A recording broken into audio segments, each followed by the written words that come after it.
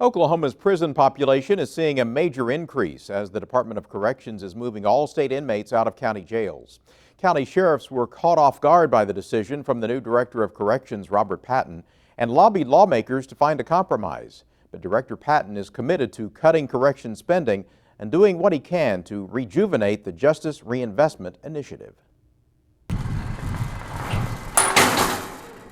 There are 25,000 people in the custody of the Oklahoma Department of Corrections. That puts the prison system at 97% of capacity. Two of the private prisons run by the Corrections Corporation of America are also at 97% capacity. The only place where there is some free space is in county jails, and that's where the state has for years parked its excess prison inmates until bed space opened up. That is all changing.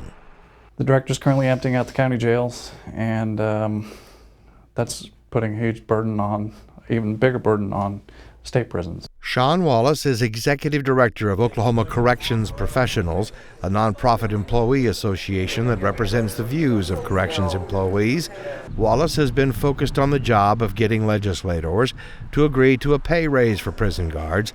And now, because of a decision by the new director of the Department of Corrections, those guards will have a lot more inmates to watch. It's my goal to have every backlogged offender out of county jails by the end of next month. Corrections Director Robert Patton says there are a lot more state inmates in county jails that even the department knew about. This started out on March the 1st.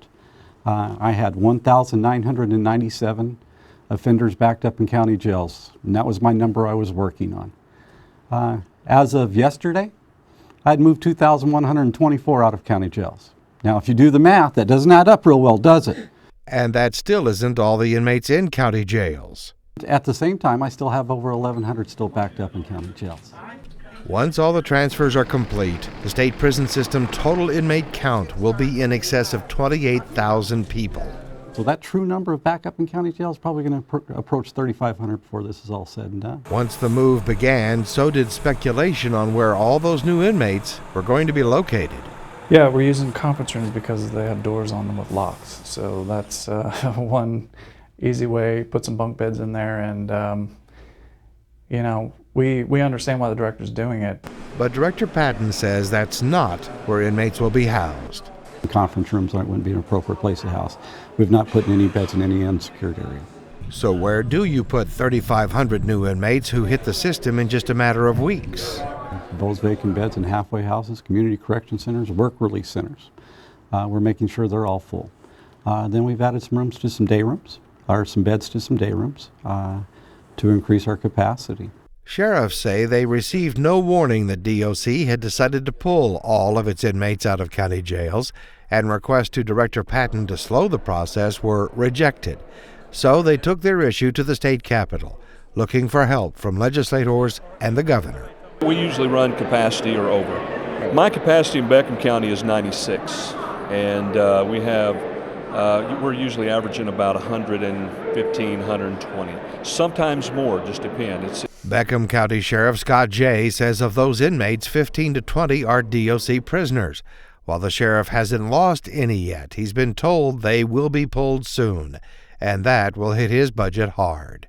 It's going to impact me about approximately $274,000. Historically, the sheriffs have had a tremendous relationship with DOC, and the sheriffs have helped solve the overcrowding problem with DOC, and also it's beneficial for the sheriffs across the state with that per diem rate that we get. Sheriff Jay has 10 deputies to patrol the 940 square miles that is Beckham County, and with the oil boom, crime is increasing.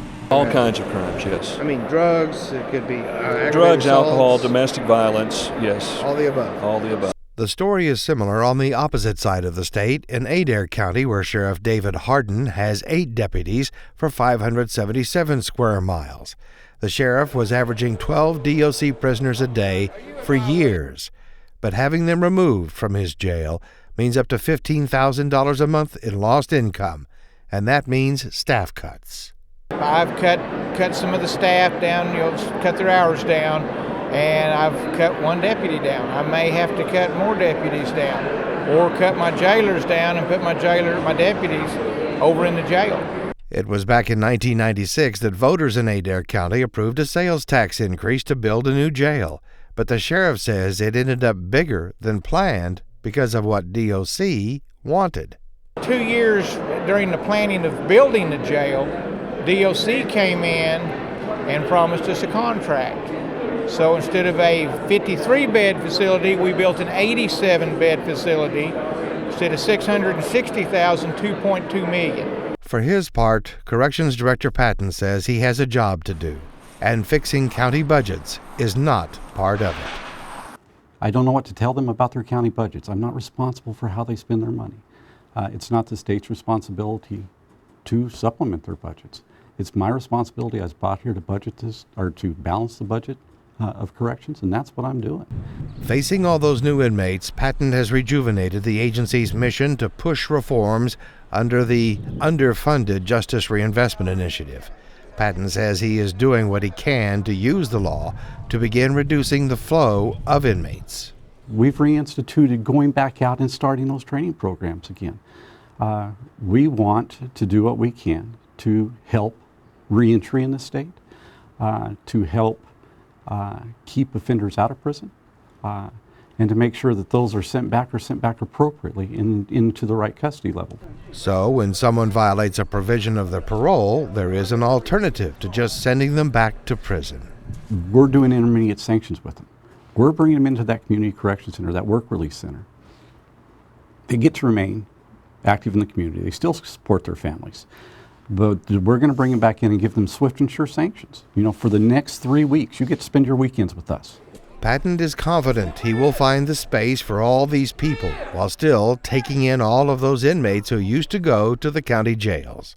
For now, it will mean steel bunk beds spread around common areas, but he insists none of these new prisoners will go to private prisons. That was false information and being spread for obvious reasons.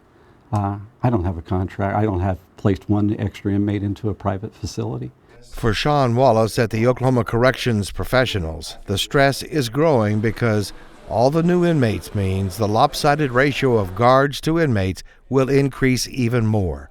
And summer is coming. A long, hot summer with prison inmates stacked on top of each other is a recipe that Wallace says makes for a very bad brew. Most of the people that I talk to at the Capitol, they all feel like, you know, you're just not going to get any help until there's another riot. I mean, that's what it's going to take. These guys, it's not on their priority list.